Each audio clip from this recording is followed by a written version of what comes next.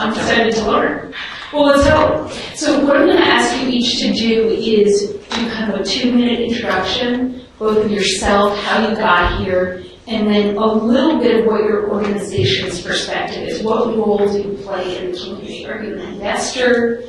Are you fodder for other things? Are you trying to educate people? Like, what's your goal of your organization? So we're going to start with Heather, move to Chris, Eileen, and Tony. So.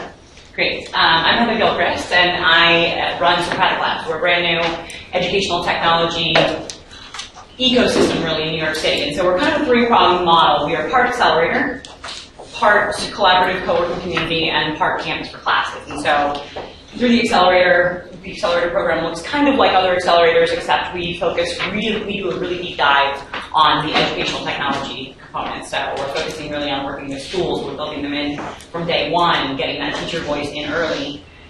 And we provide the traditional resources. We do a little bit of seed capital, some space. We get them sponsored legal services, hosting, etc.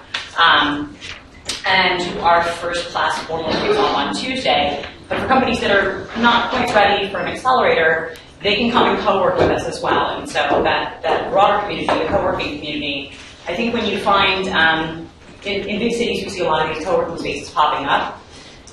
And all those efficiencies that those co-working facilities capture are so much more magnified when you focus that all in one vertical. And so that's kind of the rationale behind the community. And we've already seen this in what I commonly call our alpha space, really. So we're working in a broader community now that is not edtech specific, but we've proven the community part of the thesis because we were the first entities in, and with the group of people we've kind of attracted there, more than a third of the space membership is edtech focused. So, and then as a component of both the accelerator and the community, we're running classes. And for those who are maybe, jokingly kind of not ready to commit to EdTech but want to date EdTech, they can come in and take all of our classes on individual topics. Very cool.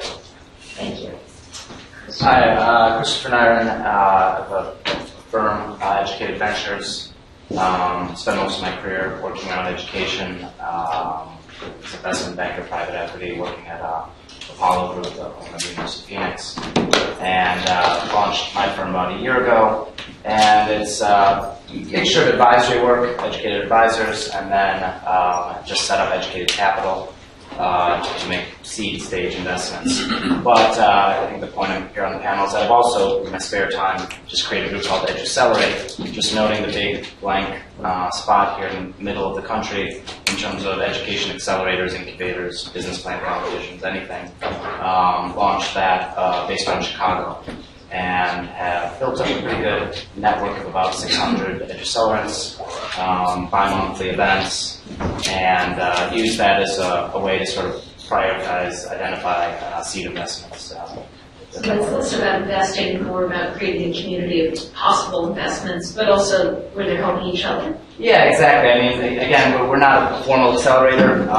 Sometimes wonder about some of the acceleration models. I think you can achieve a lot of that just organically and through network effects. But I think the first point we need to provide is just information and then networking, and then also provide, again, just organically without the construct of a formal accelerator, just given the ecosystem in the Midwest of for-profit schools that we can serve as a rallying point to bring them for business development conversations, partnership discussions, and again we use the sort of meetups and just email to try to affect that.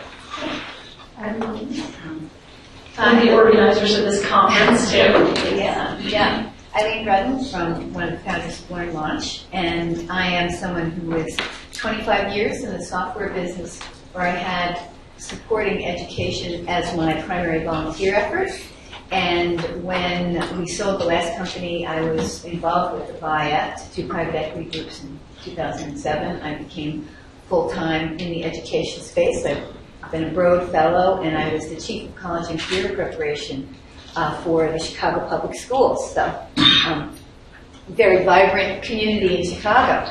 When I returned to Boston, where I've lived for 30 years, I reconnected with angel investor Gene Hammond, and I met the terrific entrepreneur Marissa Moment, who had been starting meetups here in the Boston area for ed tech companies. And the three of us basically had a passion to grow the community of education software.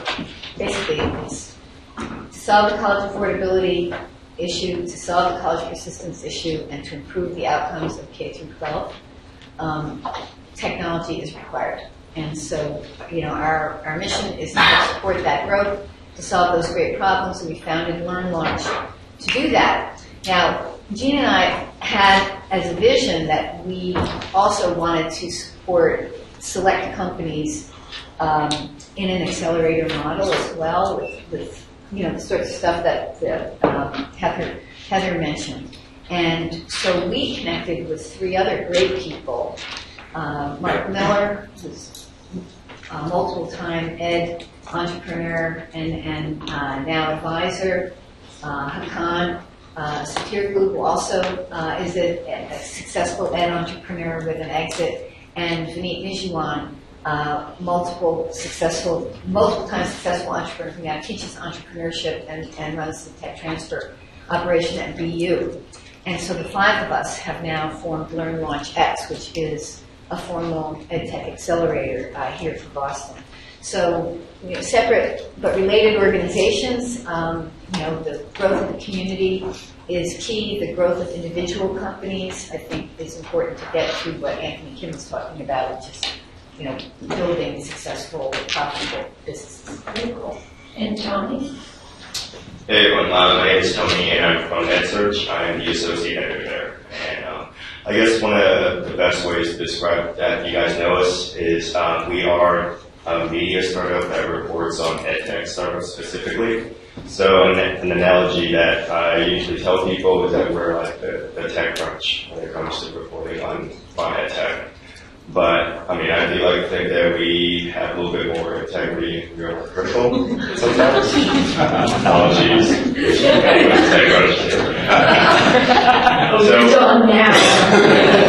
So we do two newsletters.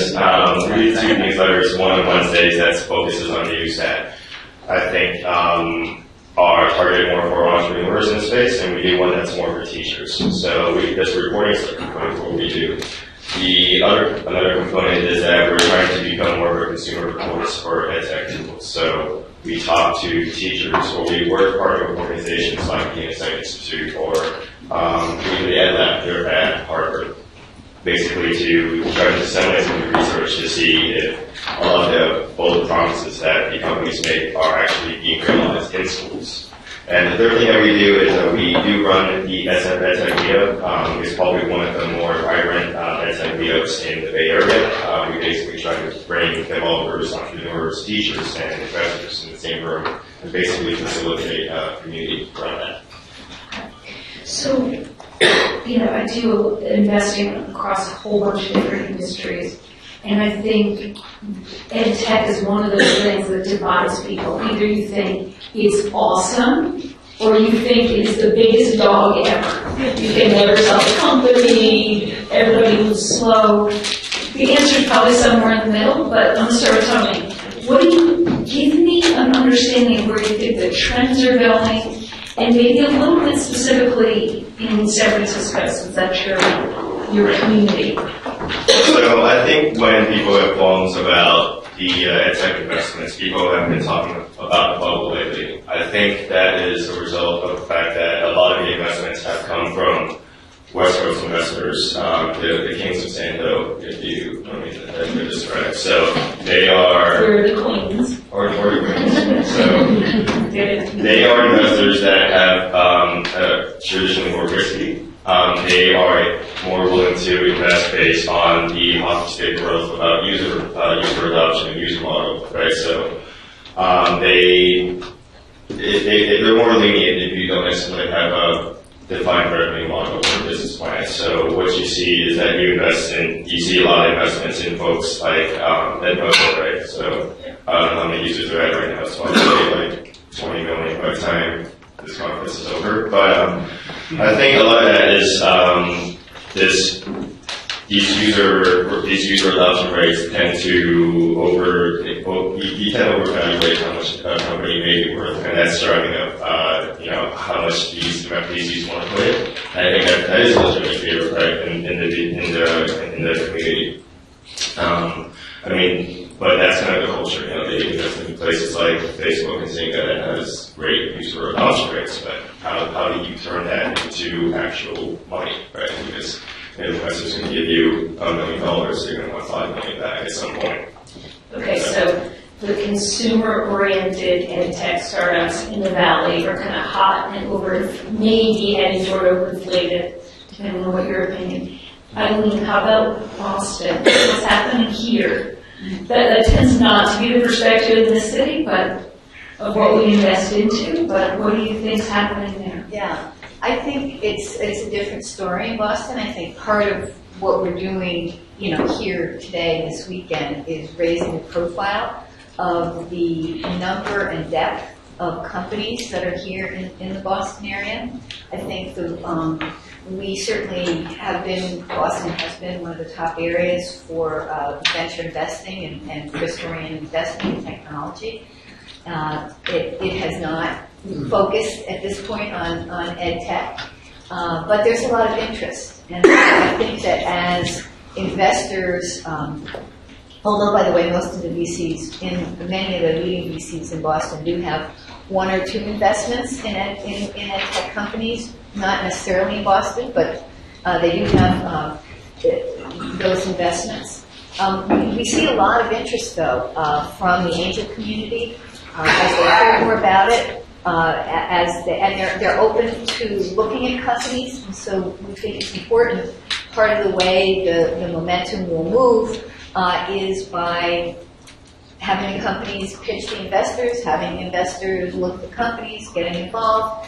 And we tend to have a different flavor of company here. We have some that are freemium to students and teachers, but we also have a number of enterprise sales models where they're using free pilots, but also have webinar-based targeted sales. I think if those of you who went to some of the pitch sessions yesterday may have seen that. There's really more of a mix. I'd say that we're more in the phase of development. We're very eager to bring there are the new pools of capital that are such as new market ventures, such as Rethink Education, such as Learn Capital, to have that to have them engage with our community here, and New Schools Venture Fund, to have them cultivate them, to have them understand the kind of community out here. Cool, Christopher. In Chicago, I think a rising tide lifts all boats, and some of that social media spillover into ed tech from the coast, sloshing a little bit into the Midwest. I think you can think of a group like Bench Prep, which is funded by Life Bank, funders, and now just a nice amount of money from NEA, Coast Investor. There are a few examples like that, but I think by and large, the market is still one where you have a lot of bootstrap startups, angel-funded, more growth equity type, and a lot of we do have a good network of Midwestern, based growth equity shops. I think what we're missing though is just that super angel. Like Mitch Caper or something like that, it helps bridge to that Series A. But once we start to get monetization and some scaling, then I think there's a good ecosystem in Chicago. And why do you think we're missing that? What is it that super angels don't understand that you think they should about ed tech? That's definitely a national problem, but in Chicago in particular, you just don't have it, as in Boston, the Valley, and even New York. There's just those early stage VCs. It's just Midwestern sensibilities and whatnot, I guess. But no, I think the underlying business models.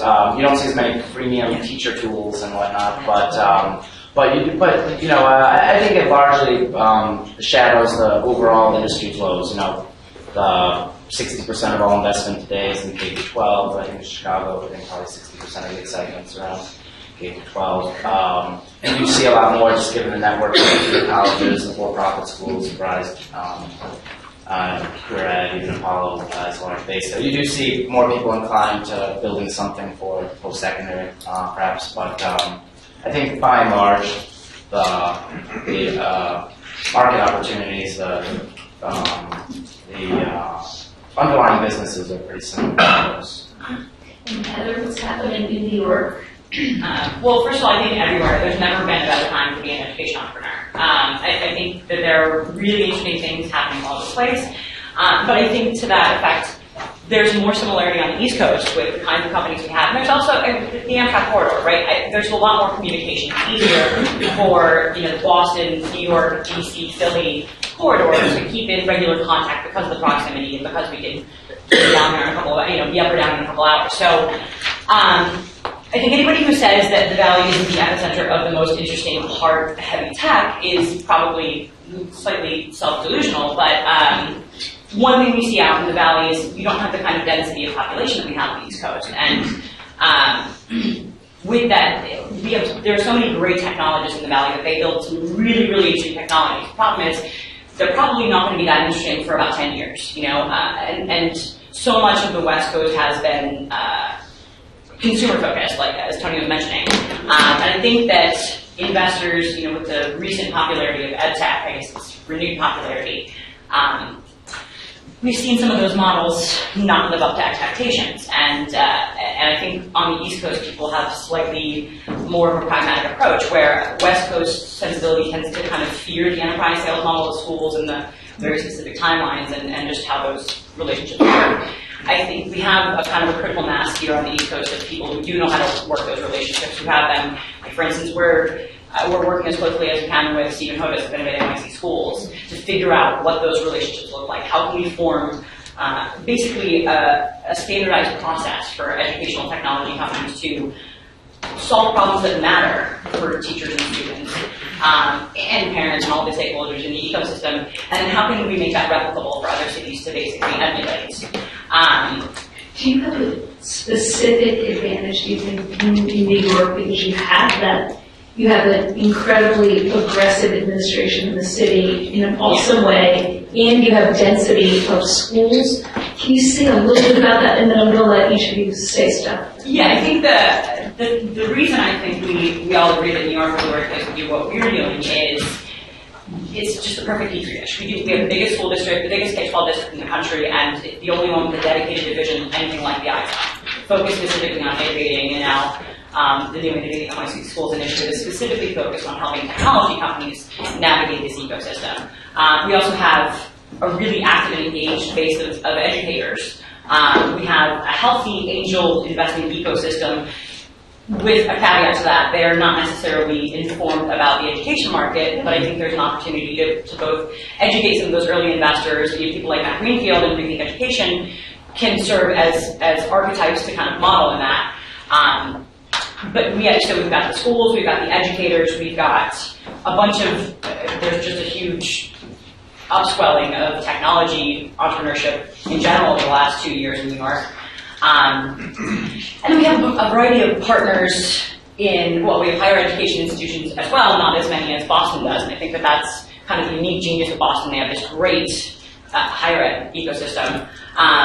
We have publishing partners, we have media partners who can provide some content. So, it's a really interesting mixture of stakeholders, and it's a nice balance that's probably the most representative of other major cities on average. But I think the great thing about these programs that are popping up all over the place is that each city does have its own DNA, has its own special genius, and by communicating among programs and kind of agreeing to, agree on certain concepts and approach things differently based on the local ecosystem. We can see things like a great company form in New York, but if they're focused on higher ed, they should come up here probably for some support. Or if it's the variety of things in New York is a great petri dish for us. I don't necessarily think that everyone needs to be a New York City company. And I think that the upswelling of all these programs popping up, there's program I'm development. going to cut you off, and Aileen, I want you to go Yes. Boston. Yeah. I'll just jump right on there, 100 higher ed schools, 250,000 students, the innovation infrastructure that's come from the decades of technology investing here, it really is unique, and the students are a huge resource, as well as the schools.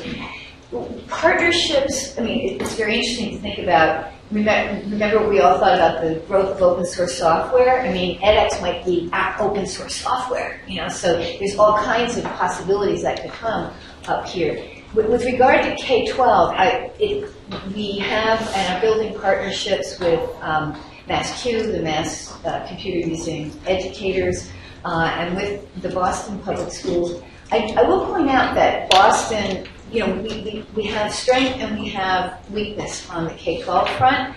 Because we have the highest performance in the nation of our schools, there's a tendency to think that, maybe if it ain't broke, don't fix it. However, we also happen to have extremely highly, and part of the reason that we have great scores is not just because we have the highest percentage of college educated parents, but also because we probably have a really great teaching force, and they are really, I think, many of them open to looking to how to even be better. And so, now on the other hand, we have a charter path. And if you look at the really majorly different school models, they tend to be completely new schools. And I think down the blended learning panel, we have the Match Education talking about they are trying to build a completely new blended learning charter school here. So we tend to have more sort of highly motivated teachers and highly motivated suburban systems that are looking to incorporate, like we have Burlington, we have Westwood, we can go on to the school systems that are doing a lot of innovation. But as far as the charters and like in the Valley, it's sort of like your weakness is your strength because you're only spending like $8,000 on a kid. People are just like desperate to try new stuff. Maybe Tony can jump in there about, what are the strengths and weaknesses of getting products out in California and into the larger ecosystem. So I will say that in the Bay Area, there is a lot of focus on trying out wacky, sometimes not as viable products in the charter school system because just by nature they are much more adventurous and open to trying out these things. So one example, of course, is rocket ship education, which has kind of been seen as a pioneer in experimenting with various blended learning models. There is something called the Silicon Schools Fund that just recently launched that has a $25 million fund just to create blended learning models in schools, and maybe even start new schools that adopt the blended learning model. And I feel like a lot of the terminology that we use today around blended learning has been more or less defined or codified by the work at the Insight Institute by folks like Michael Warren.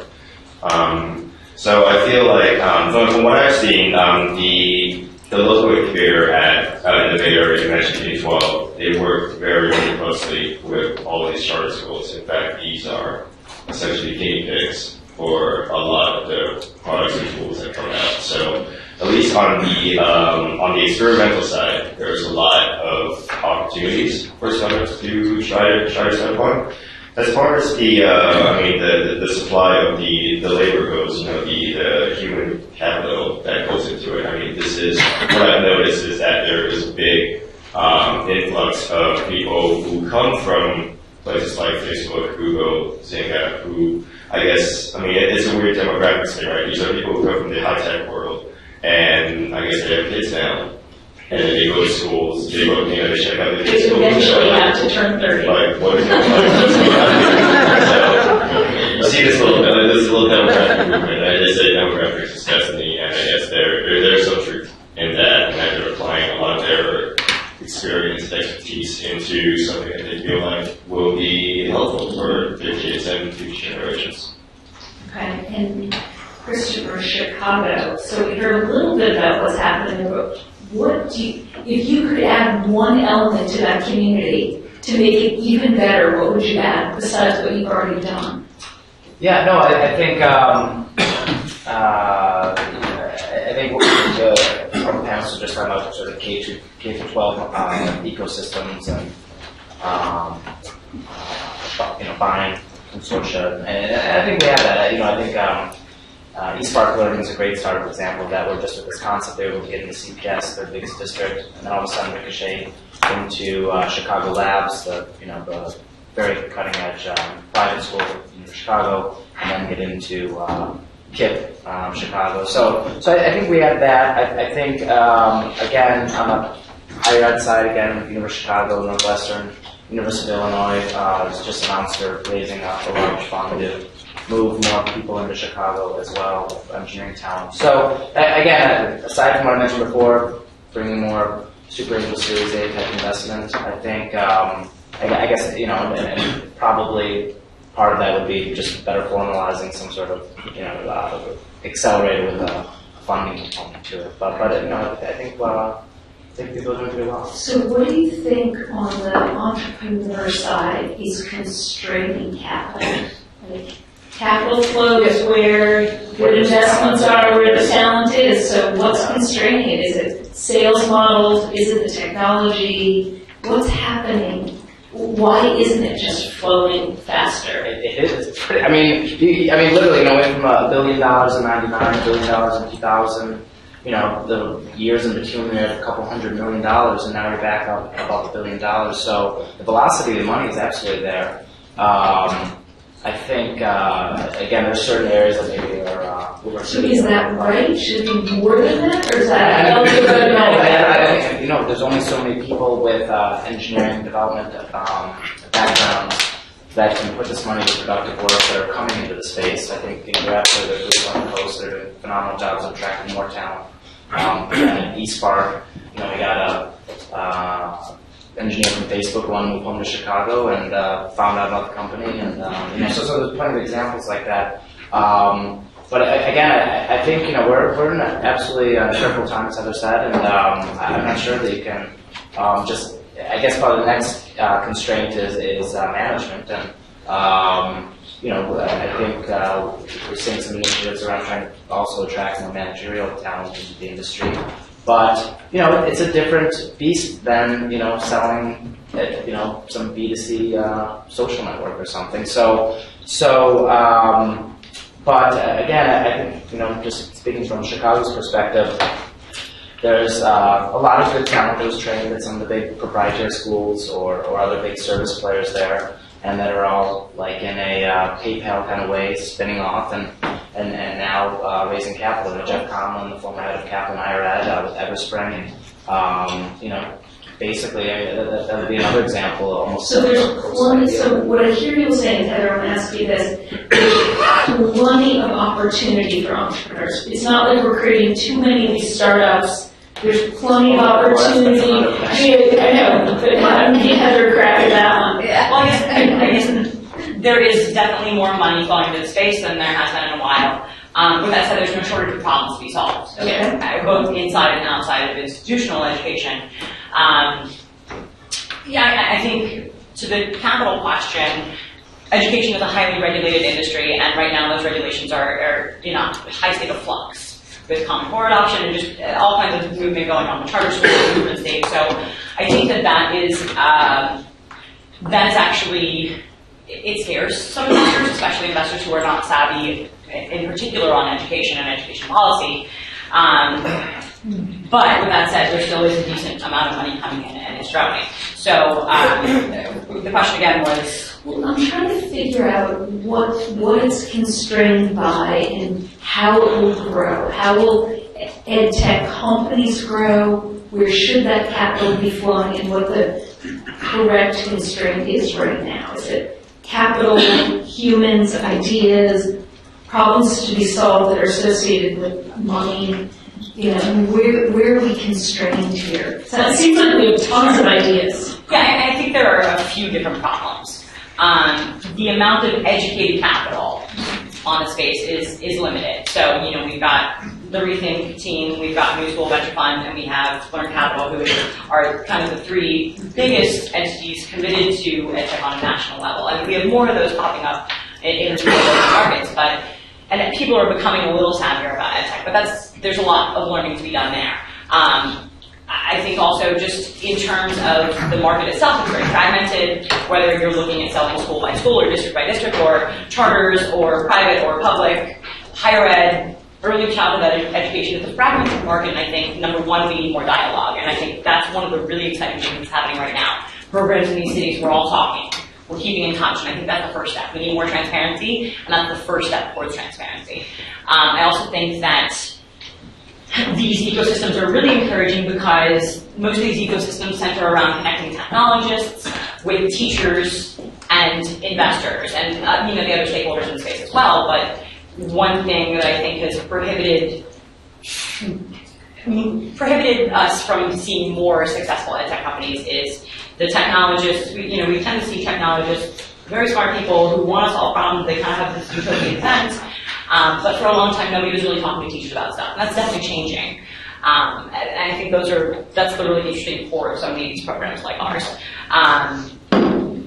So that's the first step. Getting transparency within the market and then getting transparency among different regions is a first step in the right direction. There's tons of work to be done, but that's the first step for us personally.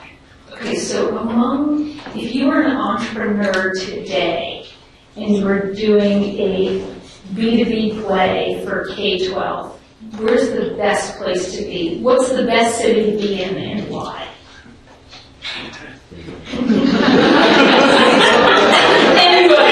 The best place to be is Boston. Oh, okay. We are not in New Orleans.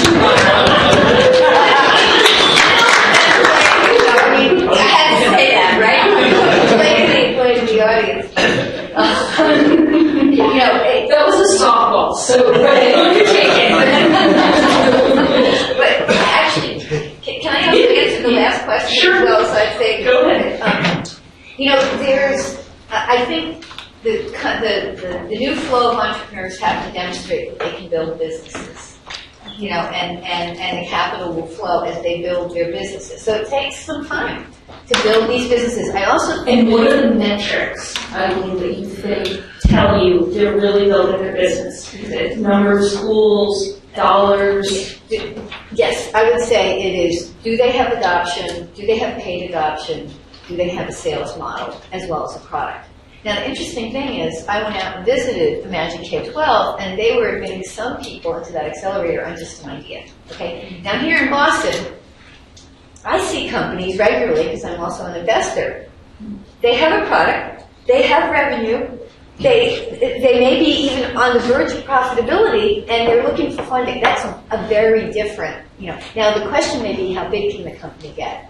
Okay, and I think Matt Greenfield mentioned that yesterday, is that so then, how should the deal be structured? Maybe there's some inventiveness in structuring the deal so that investors can get their capital back within a certain period of time if the company is successful, whether or not there is an acquisition by a strategic partner.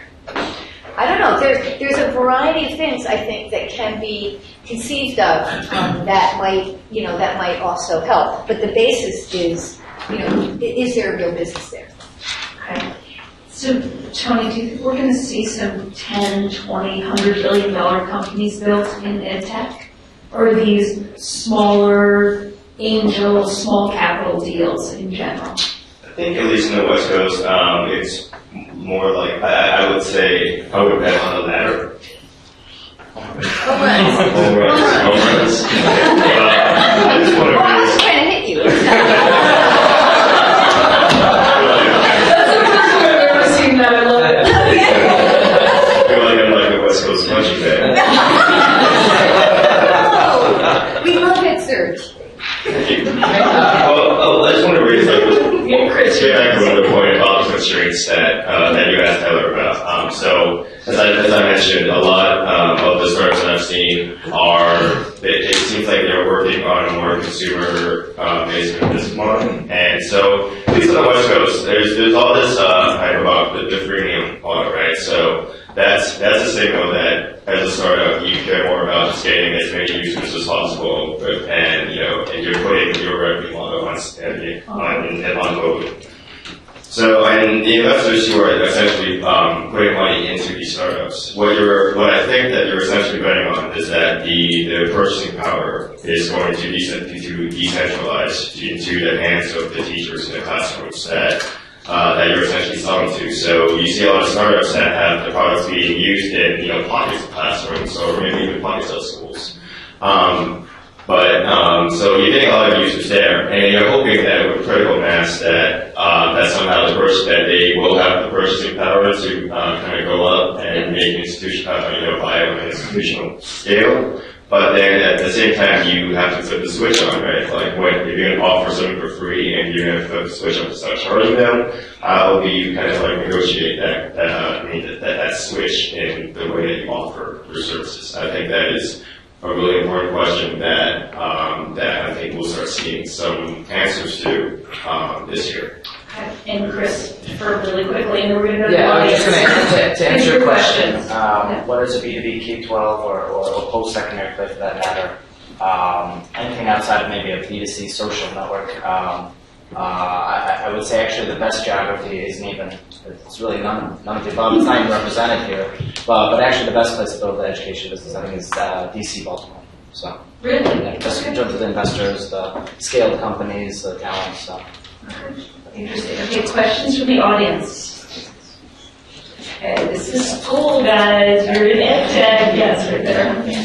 So this is for Heather. Can you tell us a little bit more about the aggregation that's taking place in New York? Are there other cities that are also trying to do basically, because these are really attractive. So I'm a venture investor from the West Coast, and one of the challenges that we're seeing is that there's not a lot of good channels with lots of aggregation that you can kind of go in, do a pilot, and you can start spreading. And so the scaling, the velocity that you would need to justify venture returns, it's a lot tougher today. So in K through 12, and it sounds like New York is trying to do that and create that structure and approval process to allow that sort of velocity to take place. Are there other cities that are doing that? What do you think is the timeline on New York? Yeah, well, I think there are several of us who are trying. And now, to say that we haven't done those science would be a gross exaggeration. But I think the great thing is we have partners who are willing to experiment with us. We can figure out how to set up safe pilots that aren't too risky for schools to try out. But we can still get technology in there. We can start figuring out how to kind of streamline the teacher PD component of adopting any new technology. And so there's definitely going to be a lot of experimentation, and I think we're really lucky to have a partner like the iZone in our city to work with. So with that said, I know there's a group in Chicago ramping up as well. Obviously, Boston is represented here. There's activity in Baltimore. Jesse Aurora and Mohammed Chaudhry in the Valley specifically are working closely with the United K-12 guys and a couple other folks there as well. So there's kind of, New Orleans has 4.0 schools, who's really kind of rattling the ecosystem there. I'm also really involved with Startup Weekend Education, and we've had, I think there were like 15 events in 2011, 2012, including Boston, New Delhi. We're adding Toronto this year. So I think that with the growth of Startup Weekend EU helped kind of plant some more seeds. And now I think these communities, it went from Startup Weekend Educations to help kind of rally these communities. Then meetup groups were formed either before or after, but kind of congealed around this stuff. And now those stakeholders who have been engaged in organizing these events are now kind of putting stakes in the ground, organizing communities, and we're all talking to each other. So I think organizing ability to pilot out quickly across lots of education. Well, that's the kind of the scaling. Yeah. Yeah. Yeah, the journal activity and the actual Yeah, so these communities, all these clusters that I was talking about, kind of aligns nicely with the federal Department of Ed is talking about these regional ed innovation clusters, right? So we've kind of been engaging in that conversation a little bit, and we're picking that up more now. Everybody in these communities is looking to do just that, to develop a consistent pilot program where we can actually swap companies. We can send people to different areas to pilot in those areas as well, and kind of engage a local network. It's experimentation. It has to be experimentation for a little while to figure out how to get these things done. I just want to make one quick comment. And it is K-12 rather than the whole market, but it is indicative. There are networks, there are school systems, and then there are networks of change makers. The TFA, Ed Pioneers, Broad Residents, Broad Superintendents, networks.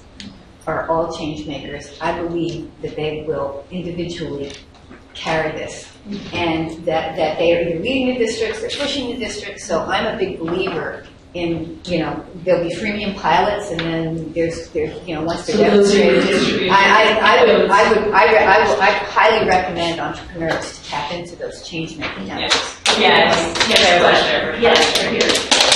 We're going to do rapid fire now. Heather, you were talking about the constraints in ed tech, and you mentioned educated capital was limited, new schools, venture fund. What do the educated capital people know that other investors need to know? And why are they put their money in? Well, so I think what's happened is with EdTech becoming more popular, a lot of investors who may be savvy investors but less educated on the education market put a lot of money into those direct-to-consumer plays that may have a ton of adoption but don't have a viable business model and can't convert. I think we have to be very careful in charging teachers or schools in adding a very clear value proposition, or even students, right? We have to make sure that there's a very clear value proposition and that essentially it's more effective and more cost effective than existing solutions. So I think too many investors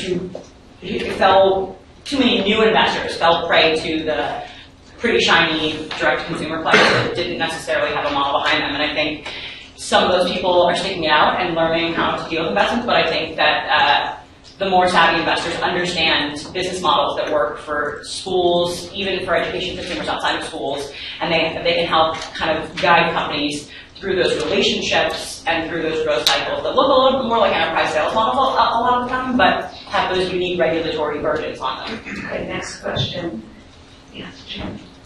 As you guys think about it from the investor accelerator side, talk about what are the skill sets entrepreneurial teams need to possess, because we see some folks who just have a technologist or some folks who have an educator. What are you looking for? What do you help them create that you think will be an investable team? That's right. Chris, and I think it's just experience in education. How do you get experience without getting your startup funded, I guess. But just experience, whether it's K-12, understanding of school district sales and or secondary understanding, how to approach a provost. I think that's the biggest thing that's missing with some things. I think we're unique here in Boston. I'm looking over at, Ramji, who's a, multiple times successful entrepreneur coming out of the communications technology space, who's, now got some cool stuff that is, that is being trialed at MIT and IIT. So he wasn't an educator. He was a technologist who went out and kind of felt their pain for what they need to do to create new online courses for the future. So he was able to go out and get funding from his own personal network. So but somebody who wasn't really, he didn't have this. I think it's really putting